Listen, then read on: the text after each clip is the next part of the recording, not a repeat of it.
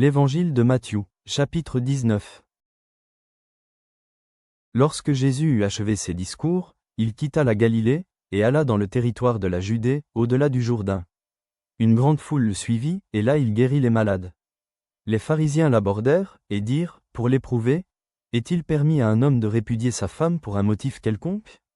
Il répondit, « N'avez-vous pas lu que le Créateur, au commencement, fit l'homme et la femme et qu'il dit, « C'est pourquoi l'homme quittera son père et sa mère, et s'attachera à sa femme, et tous deux deviendront une seule chair ?» Ainsi ils ne sont plus deux, mais ils sont une seule chair. Que l'homme donc ne sépare pas ce que Dieu a joint. Pourquoi donc, lui dirent-ils, Moïse a-t-il prescrit de donner à la femme une lettre de divorce et de la répudier? Il leur répondit, c'est à cause de la dureté de votre cœur que Moïse vous a permis de répudier vos femmes.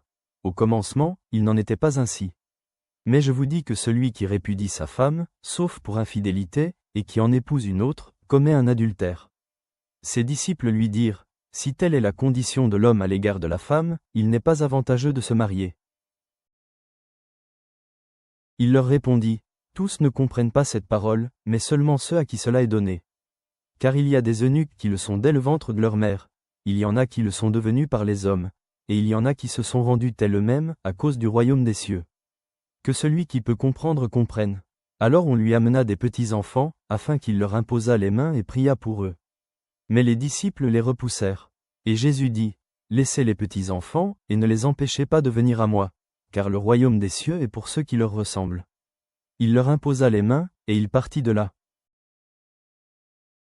Et voici, un homme s'approcha, et dit à Jésus, Maître, que dois-je faire de bon pour avoir la vie éternelle? Il lui répondit, pourquoi m'interroges-tu sur ce qui est bon? Un seul est le bon. Si tu veux entrer dans la vie, observe les commandements. Lesquels? Lui dit-il. Et Jésus répondit, tu ne tueras point. Tu ne commettras point d'adultère. Tu ne déroberas point. Tu ne diras point de faux témoignages. Honore ton père et ta mère. Et, tu aimeras ton prochain comme toi-même. Le jeune homme lui dit, j'ai observé toutes ces choses, que me manque-t-il encore? Jésus lui dit, si tu veux être parfait, va, vends ce que tu possèdes, donne-le aux pauvres, et tu auras un trésor dans le ciel. Puis viens, et suis-moi. Après avoir entendu ces paroles, le jeune homme s'en alla tout triste, car il avait de grands biens. Jésus dit à ses disciples, je vous le dis en vérité, un riche entrera difficilement dans le royaume des cieux.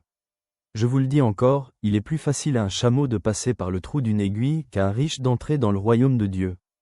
Les disciples, ayant entendu cela, furent très étonnés, et dirent, qui peut donc être sauvé? Jésus les regarda, et leur dit, aux hommes cela est impossible, mais à Dieu tout est possible.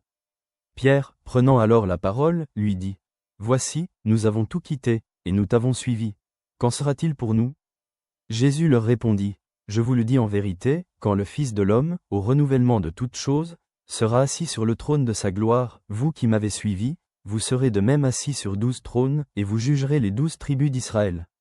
Et quiconque aura quitté, à cause de mon nom, ses frères, ou ses sœurs, ou son père, ou sa mère, ou sa femme, ou ses enfants, ou ses terres, ou ses maisons, recevra le centuple, et héritera la vie éternelle.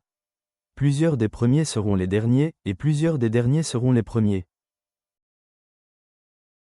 Rédempteur fidèle, tu as béni le mariage et nous as appelés à un amour fidèle.